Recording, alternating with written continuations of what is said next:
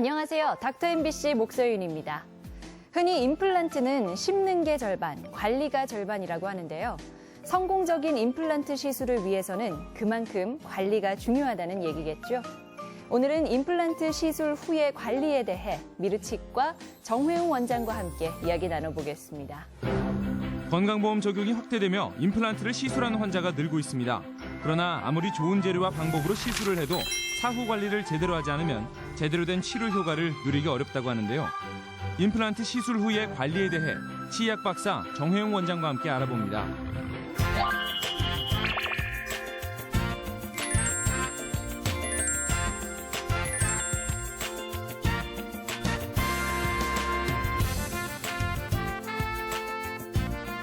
안녕하세요, 원장님. 네, 안녕하세요. 네, 반갑습니다. 네.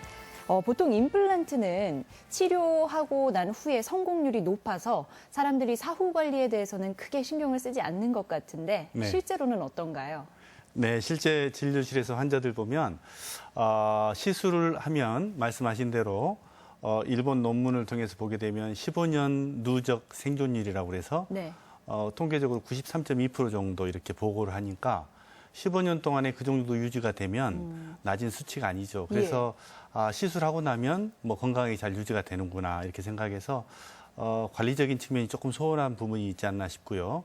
또 이제 정기적으로 병원에 오는 것 자체에 대한 걸 많이 어색해하는 듯한 그런 느낌은 있습니다. 예. 네, 제 환자를 보면 실제로 20년 이상 유지되는 이런 좋은 경우들이 많이 실제 있습니다. 그래서 잘 유지는 되지만 그런 93% 밖에 있는 환자들이 있어서는 사실은 실패로 갈 수 있기 때문에 네. 이제 시간이 오래되면서 관리적인 측면이 훨씬 중요하지 않나 이런 생각을 해봅니다. 이제 임플란트 주위염이 생기는 원인은 뭔가요? 임플란트 주위염의 원인을 말씀드리면 첫 번째는 유전인자입니다. 잇몸병이 있는 환자들에 있어서 임플란트 발생률과 잇몸병이 없는 환자들에 있어서 임플란트 주위염의 발생률이 4배 정도 차이가 난답니다. 근데 잇몸병의 발생 유무는 상당히 유전적인 것이 많이 작용된다는 것이 이미 많이 밝혀졌습니다. 그래서 이런 부분 때문에 그 임플란트 주위에 염증이 생길 수 있고요. 그 다음에는 이제 실제 대개 남성 환자들 보면 과도한 음주, 흡연 이 부분이 상당한 부분을 많이 차지하고요. 이미 말씀드렸지만 정기적으로 꼭 병원에 내원해서 검진을 하고 미리미리 어떤 제거를 한다든지 관리를 해야 되는데 그런 장기적인 검사가 결여됐을 때에 주위에 염증들이 발생하게 되고요. 치료받으신 환자분들의 평상시 관리 능력이 부족했을 때 당연히 주위에 염증이 생길 수 있습니다. 또 이제 일반인들 입장에서 간과할 수 있는 부분은 저희들이 음식물을 씹는데 그 씹는 힘이 어느 정도로 음식을 씹느냐, 또 음식물을 어떤 음식을 질긴 음식을 많이 좋아하느냐, 아니면 부드러운 음식을 좋아하느냐 이게 따라서 조금 차이가 있습니다. 그래서 과도한 힘이 가게 되면 임플란트 주위에 염증이 생길 가능성이 더 높게 되고요. 그다음에 이제 임플란트 주위에 건강한 단단한 잇몸이 있어야 되는데 그런 건강한 잇몸이 소실되고 점막같이 연한 잇몸이 있을 때는 그 주위에 염증이 더 많이 생길 수 있습니다. 또 이제 전신적인 질환으로 보게 되면 당뇨를 앓고 있는 분들은 훨씬 잇몸뼈라든가 잇몸 주위의 조직들이 약한 상태가 되기 때문에 임플란트 주위염에 노출될 가능성이 훨씬 더 높다고 볼 수 있고요. 이제 시술적인 부분에 있어서 초기 시술 상황에 있어서 시술하는 치과 의사가 거기에 맞게끔 정확하게 시술을 잘 해줘야 되는데 그런 부분들이 조금 부족했을 때에 그런 임플란트 주위에 염증이 생길 가능성이 높아진다고 볼 수 있고요. 또 하나는 이제 상부 구조물을 만들어서 접착을 할 때 그 붙이는 재료가 잇몸 밑에 남아있는 경우들이 있을 수 있습니다. 그런 것들이 이제 시간이 흐르면서 임플란트 주위에 염증을 유발하는 경우도 종종 있을 수 있습니다. 예. 앞서 흡연 잠깐 언급하셨지만 임플란트 시술을 받고 나서 담배를 끊는 분들도 꽤 있더라고요. 역시 이 관리와 관계가 있는 거겠죠? 네, 매우 밀접한 관계가 있습니다.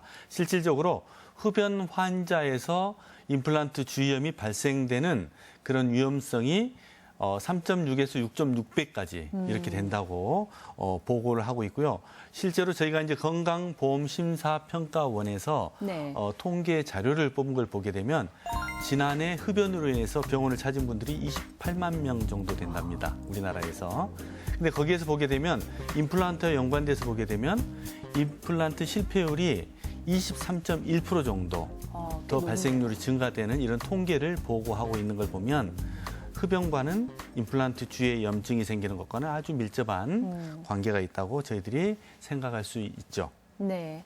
뭐 임플란트 시술 후에 주위염이 생길 수 있는 여러 가지 원인에 대해서 알아봤는데 네. 그럼 주위염이 생기면 치료는 어떻게 하나요? 네, 치료는 일단 이제 염증이 생기게 됐을 때 어느 정도의 염증이 생겼냐. 임플란트 주위에 잇몸이 붙는 정도의 염증이 생겼는지 네. 아니면 임플란트 주위에 뼈를 녹아가는 정도까지 주위염이 생겼는지에 따라서 치료 방법을 저희가 달리합니다.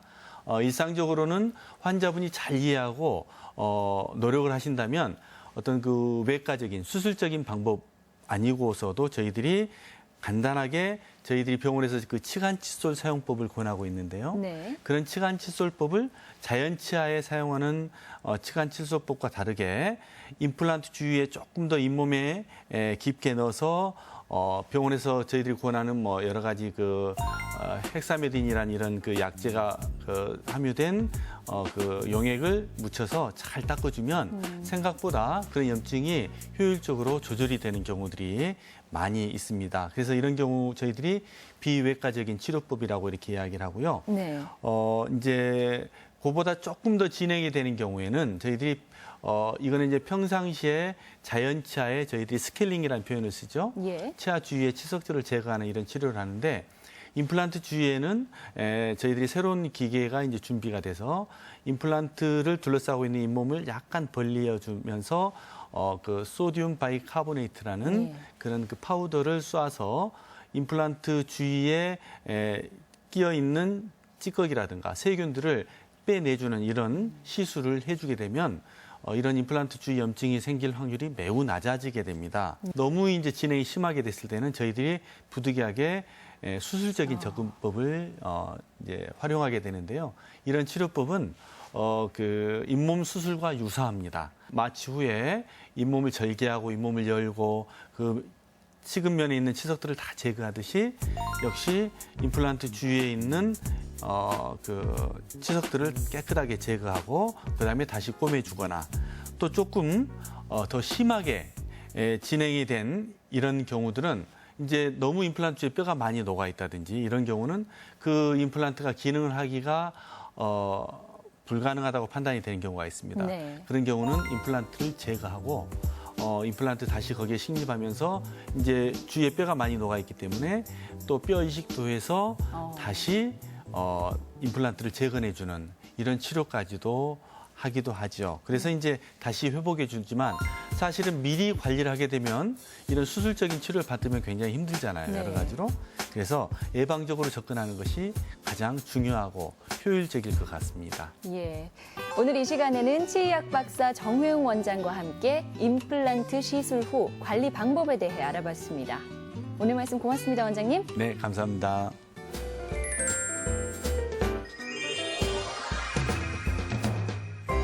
학생이나 사무실에 근무하는 직장인의 경우 허리 통증을 호소하는 분들을 흔히 볼 수 있습니다.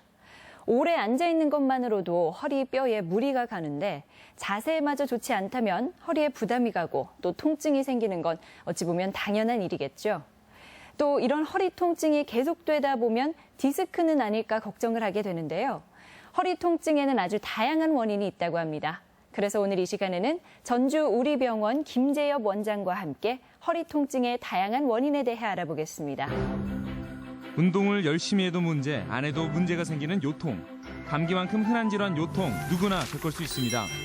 신경외과 전문의 김재엽 원장과 함께 요통의 다양한 원인에 대해 자세히 알아봅니다.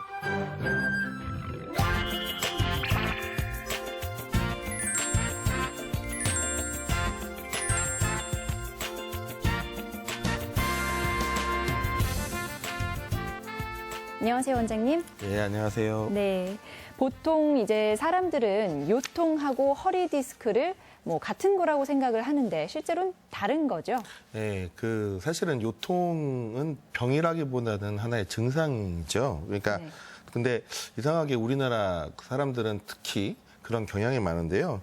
이렇게 허리가 아프면 무조건 디스크라고 생각하시는 경향이 많은 것 같습니다. 네. 근데 이제 요통은 허리가 아픈 상태를 말하고 요통에는 여러 가지 원인이 있겠죠. 그중에 이제 허리 디스크는 요통의 한 원인이 되겠습니다. 그럼 요통의 원인에는 어떤 것들이 있나요? 사실 요통의 원인은 너무나 많기 때문에 일일이 다 나열할 수는 없고요. 이제 사실 조금 전에 말씀드렸듯이 사람이 살아가면서 누구나 한 번쯤은 요통을 경험하잖아요. 네. 그래서 사실은 요통이 감기 다음으로 흔한 질환이고 사람이 이제 우리가 동물하고 다르게 직립보행을 하면서 어쩔 수 없이 우리가 지불해야 되는 운명적인 대가라고 하시는 분들도 있거든요. 근데 어떤 대다수의 요통은 질병이라기보다는 두통이나 감기처럼 그냥 우리가 일상생활에 많이 겪을 수 있는 증상으로 생각을 하는 경우가 많고요. 예. 근데 이러한 요통을 대부분 단순 요통이라고 부릅니다. 우리가 허리에 부담 가는 상황이 되면 발생을 한다고 보면 될 것 같아요. 그러니까 네. 무거운 물건을 든다든지 잠을 좀 잘못 자다든지 평소에 운동을 안 했었는데 갑자기 체육대회 가서 운동을 열심히 했다든지 네. 그래서 일상생활에서 허리가 이렇게 무리가 가는 원인은 너무나 많은데요. 평소에 이제 운동 같은 거를 충분히 하고 허리가 단련된 상태에서는 괜찮을 텐데 우리가 평소에 운동도 안 하고 힘도 네. 없는 상태에서 또 배도 저처럼 이렇게 배불뚝에다가 운동도 안 하고 이렇게 비만을 동반해서 약한 허리라고 하면 그런 상황들이 이제 요통을 발생할 수 있죠. 이런 상황을 이제 단순 요통이라고 하고요. 근데 이제 병적인 요통에는 이제 뭐 하나씩 나열할 수는 없지만 뭐 시민성, 뭐 내장기성, 그다음에 혈관성, 뭐 신경성, 척추성 뭐 이렇게 해서 대분류를 해서 나누기도 합니다. 그럼 조금 전에 말씀하신 시민성은 뭐 심리적인 스트레스 이런 거를 이야기하는 것 같은데 그런 것들이 허리 디스크를 유발하기도 하나요? 예, 정신적인 불안감이나 노이로제 같은 게 요통을 발생을 할 수 있습니다. 사실 우리가 신경을 쓰면 위가 소화가 안 되죠. 예. 그래서 위 다음으로 사실은 요통이 스트레스가 굉장한 민감한 기관이라고 이게 논문도 나와 있거든요. 네. 제가 회전 돌 때 가끔 이제 드리는 말씀이 요통은 또 여자분들이 또 유독 많으신 분들이 많아요. 그래서 이제 보면 친구들하고 놀 때는 허리가 좀 덜 아픈데 네. 남편이 밥상 차리라고 하면 허리가 아프다고 이제 그런 우스갯소리로도 제가 네. 할 때도 있는데 어떤 그런 시민적인 요인이 많이 작용을 합니다. 물론 이제 여기에는 또 산업재해나 뭐 가벼운 외상, 그다음에 이제 교통사고 후에 이제 부상성으로 이렇게 아프다고 하시는 분들이 있는데 네. 이런 분들을 제외하고라도 실제로 스트레스 때문에 요통을 호소하시는 분들이 있습니다. 그다음에 이제 내장기성도 이야기하셨는데 그러면은 그건 이제 몸속 안에 어떤 문제가 있어서 허리가 아픈 건가요? 예. 내장의 장기의 이상이라든지 네. 우리가 이제 뒤에 후복막강이라고 하는데요. 거기에 종양이 있는 경우에 요통이 발생을 할 수 있어요. 네. 뭐 자궁 내막증이라든지 자궁 근종처럼 자궁에 병이 있는 경우도 있고 예. 남자분들 같은 경우는 전립선 비대증에서도 이렇게 요통이 생길 수도 있습니다. 그다음에 이제 우리 콩팥에 염증이 생기는 경우는 가끔 보는데 신우신염이라고 하죠. 네. 옆구리 쪽을 치면 이렇게 아픈 경우도 있고, 그다음에 이제 담낭염, 췌장염, 그다음에 이제 대동맥류 같이 다양한 질환에서 올 수 있습니다. 네. 근데 이제 이런 질환은 아무래도 이제 척추에서 기인하는 통증들은 활동 시에 조금 더 악화가 되고 쉬면 좀 나아지는 그런 경향이 있는데 사실은 그런 거와 큰 상관이 없는 경우가 많고요. 네. 또 유독 요통만 호소하는 게 아니고 다른 이제 질환을 같이 동반해서 어떤 증상을 호소하기 때문에 주의 깊게 이제 진찰하면서 진단의 단서를 찾을 수도 있습니다. 며칠 전에 저희 후배님 와이프분도 오셔서 허리가 너무 아파서 진료를 받았는데 이제 자궁 쪽에 그리고 그쪽에 자궁 내막증으로 진단을 받아서 근데 허리는 깨끗하다 하더라고요. 예. 네, 그러신 분들도 가끔 있습니다. 네, 뭐 시민성 그리고 내장기성 원인에 대해서 알아봤고 다음은 혈관성에 대해서 좀 설명해 주실 텐데요. 혈관성이라고 하면 이제 혈관에 문제가 있다 뭐 이렇게 예. 이야기가 되잖아요. 그럼 우리가 흔히 아는 하지정맥류 뭐 이런 것들도 요통을 일으킬 수 있나요? 사실은 이제 하지정맥류는 정맥순환이 안 되는 병이죠. 정체되는 질환이기 때문에 주로 이제 하지 통증을 만듭니다. 이제 네. 우리가 협착증 이야기를 하거나 디스크가 다리가 당길 때, 방사통이 생길 때 가끔 이제 유사하게 그 하지 정맥류에서 그런 통증을 야기하는 경우도 있고요. 예. 근데 이제 그 요통과는 직접적인 연관은 별로 없는 것 같습니다. 이제 비교적 임상에서 이제 간혹 볼 수 있는 게 대동맥류라고 하는 게 있는데요. 북부 네. 대동맥. 근데 대동맥이 이제 혈관의 꽈리처럼 이렇게 부풀어 오르는 거거든요. 근데 이제 대부분의 70~80%가 증상이 별로 없는데 이제 나타나는 경우에 이제 요통이나 옆구리 통증으로 나타나는 경우가 있고요. 저도 네. 몇 번 진단을 했는데 이 복부에서 이렇게 뭐가 붕붕 이렇게 뜨는 이게 박동성으로 이렇게 쪽진을 해보면 이렇게 만져지는 경우가 있거든요. 네. 그리고 청진을 들어봐도 뭐가 쉬쉬 이렇게 이런 소리가 들리는 경우도 있고 네, 그런 경우는 가끔 있습니다. 흔히 운동을 안 해서 허리가 아프다고 하는 분들도 있고 운동 때문에 허리가 아프다는 분들도 있잖아요. 예. 이 운동과 요통의 관계에 대해서도 설명 부탁드릴게요. 일단은 허리 건강을 유지하는 데는 운동이 필수입니다. 근데 이제 어떤 분들은 이제 운동의 종류에 대해서 물어보시는 분들이 많은데요. 네. 어떤 운동이든지 허리에는 많이 도움이 됩니다. 다만 이제 운동의 종류에 대해서 우리가 그 코멘트를 하고 그다음에 조언을 할 때는 사실은 어떤 운동이든지 제대로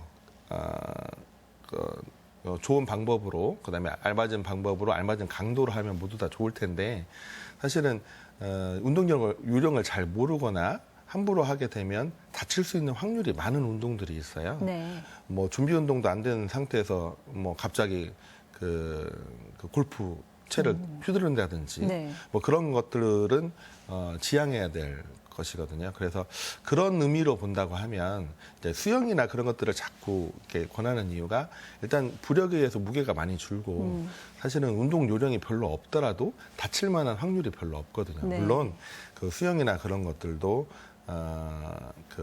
우리가 저병이나 그런 경우에 힘을 많이 요하는 그다음에 고난도의 기술이 필요한 네. 이제 그런 걸 하다 보면 다쳐서 오는 분들도 있어요. 근데 이제 그런 것까지 이야기를 하는 게 아니고 단순하게 우리가 그냥 일상생활에서 접할 수 있는 그런 운동이라고 하면 어떤 운동이든지 많이 좋습니다. 예. 다만 이제 통증이 많이 있을 때 운동을 계속 해야 되느냐 아니면 멈추고 하지 말아야 되느냐 하는 문제는 의사마다 조금 더 의견이 틀릴 수 있는데 저는 진통제를 약간은 복용하더라도 운동을 계속 유지해서 아까 약한 허리가 있다고 그랬잖아요. 네. 근데 조금 더 강한 허리로 되면 그게 나중에 약을 먹지 않아도 운동 효과 때문에 좀 강해지는 경우가 있거든요. 그래서 저는 이제 약간의 근데 그 약간이라고 하는 게 뭐 누각이나 보자 하고 막 뭐 죽을 힘을 다해서 그러면 안 통증을 되겠죠. 참으라는 예. 이야기는 아니지만 약간의 진통제를 복용하더라도 꾸준히 운동하는 쪽을 권하고 있습니다. 네, 그렇군요.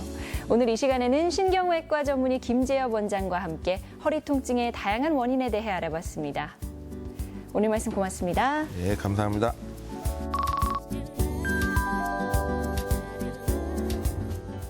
오는 12월이면 모든 담뱃갑의 앞 뒷면에 폐암 수술 사진과 같은 경고성 그림을 넣는 게 의무화됩니다. 담배 속 발암 물질 때문에 포장지의 경고성 그림을 통해 발암 가능성을 알리는 건데요. 사실 담배만큼 해로운 게 미세먼지입니다.